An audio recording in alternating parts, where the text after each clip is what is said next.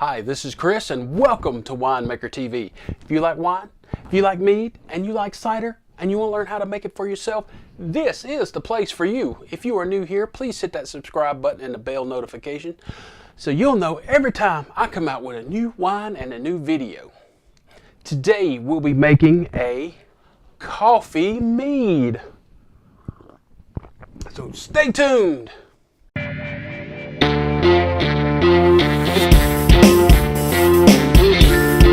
In order to make a 1 gallon of coffee mead, you'll need some ingredients. So let's go over what you need to make this. I have a French press full of a coffee cold brewed for 24 hours. You don't want to hot brew it like normal coffee because it has oils in it and kind of bittery. So everything I've read, cold brew your coffee, and I did it for 24 hours. Of course, you have your fermenter, and I have a bottle of purified water. If you don't have a fermenter, this can also be used as a fermenter. And I have a tea kettle full of boiling water to help mix up the honey. So that'll go in your fermenter.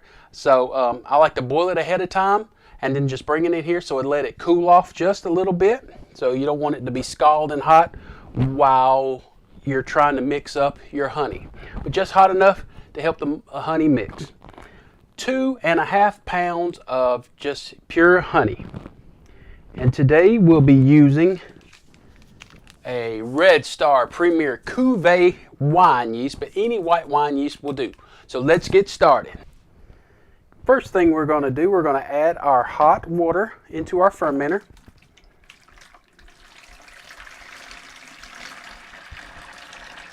Now, this is from personal experience.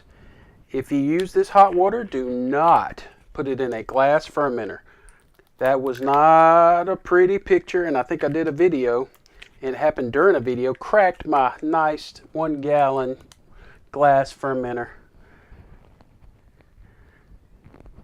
and had to be tossed. So it was one of those technical difficulties. We will have to try this again with a different fermenter. So now I use this plastic bucket, or you can use this bottled water, and that can be used as your your primary device.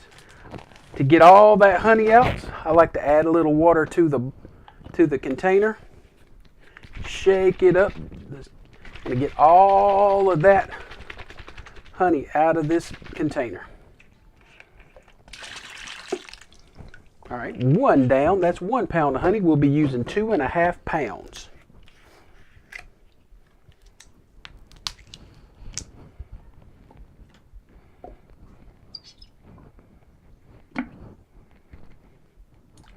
Two and a half pounds of honey and 1 French press full of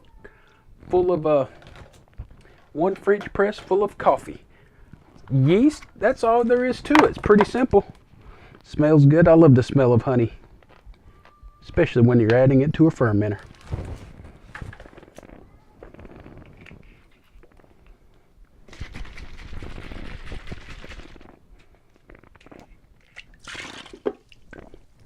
All right.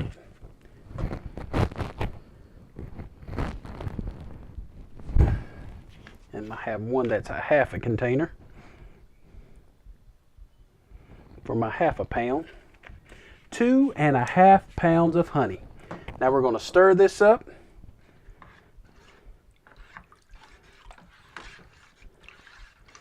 Now when I started that French press full of coffee, I used some out of my gallon jug here, so I know that I'll have a gallon of mead when I'm finished. Or you can go by and marks that you previously made on your bucket.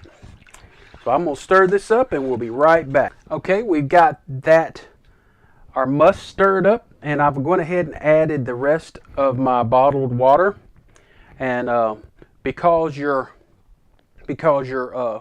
French press and the coffee in there will absorb some of the the coffee grounds will absorb some of the coffee, you may need to top off after you've added all your ingredients. Like your when you add your coffee, what's coming up now, we're going to add our coffee, and if it's not up to your gallon mark on your bucket or your container, just go ahead and top it off. So let's add our coffee to it, nice and strong. I used espresso strength.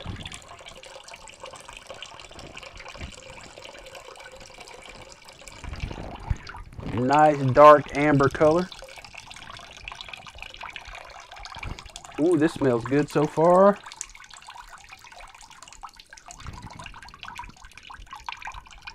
But like I say, we're going to have to top this off just a little bit. So I'm going to top this off. Now this is a little bit above room temperature. So it came down a little bit after I added my bottled water. So that's why I like to have that around to cool the water that's from the tea kettle down some.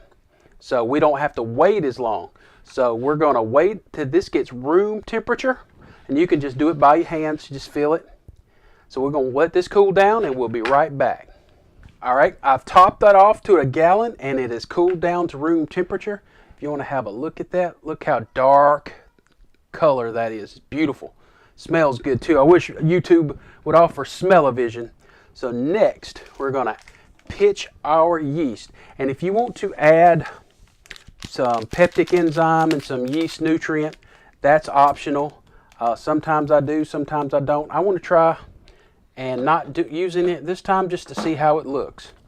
So if you want to just pitch your yeast, I just use the whole pack. This will work up to 5 gallons. So if you want to make a 5-gallon batch of this, just multiply the ingredients by 5. But I like making these 1-gallon batches because when you make 50 plus videos a year, 50 5-gallon batches is a lot of wine. So I'll be swimming in wine. So I like to make these 1-gallon batches.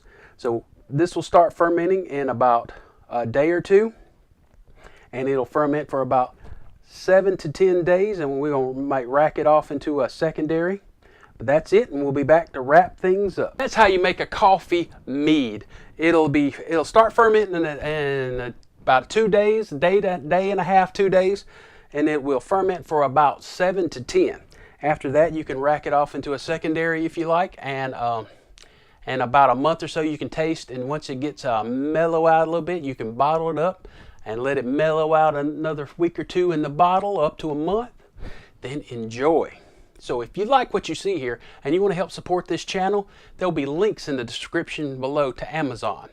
And if you don't need any of these ingredients, even if you buy your everyday purchases on Amazon, I will get a commission on that, which goes to help me buy equipment and ingredients and keep this channel going. Also, there's a link for a Facebook group, so you can please join that, and we can swap, share recipes, stories, tips, tricks. It's a fun place to hang out. So this is Chris with Winemaker TV, and that's all there is today.